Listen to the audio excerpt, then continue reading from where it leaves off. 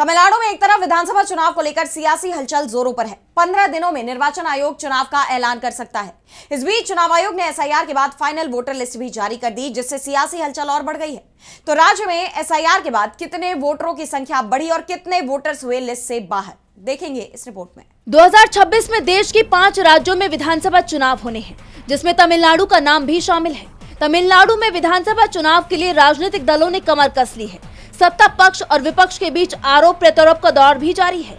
तो वहीं चुनावी तैयारियों के तहत राजनीतिक दलों की बैठकें भी जारी है। और इन सब के बीच चुनाव आयोग ने तमिलनाडु एसआईआर की फाइनल लिस्ट जारी कर दी है। तमिलनाडु में मतदाता सूची के विशेष गहन संशोधन यानी एसआईआर के बाद चुनाव आयोग ने 23 फरवरी को अंतिम मतदाता सूची जारी कर दी और इसमें 97,37,000 नाम हटाए गए हैं, जो कोई छोटा मोटा आंकड़ा नहीं है। एसआईआर के बाद राज्य में अब कुल 5 करोड़ 43 लाख मतदाता रह गए हैं। बता दें कि एसआईआर के शुरू होने से पहले तमिलनाडु में 6 करोड़ 41 लाख 14,587 मतदाता थे।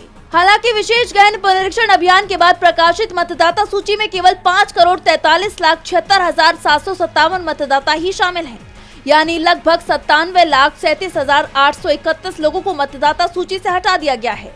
चुनाव अधिकारियों ने साफ किया है कि लिस्ट से हटाए गए नामों में एक महत्वपूर्ण हिस्सा उन मतदाताओं का है जो अब जीवित नहीं है। बाकी कई वजहों से हटाए गए 66 लाख नामों में से पात्र व्यक्तियों को प्रपत्र 6 के माध्यम से फिर से आवेदन करने का मौका रहेगा।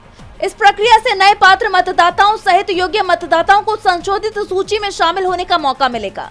बता दें कि मतदाता सूची के एसआईआर का काम पिछले साल 4 नवंबर को पूरे तमिलनाडु में शुरू किया गया था, जो 40 दिनों तक चला और 14 दिसंबर को समाप्त हुआ।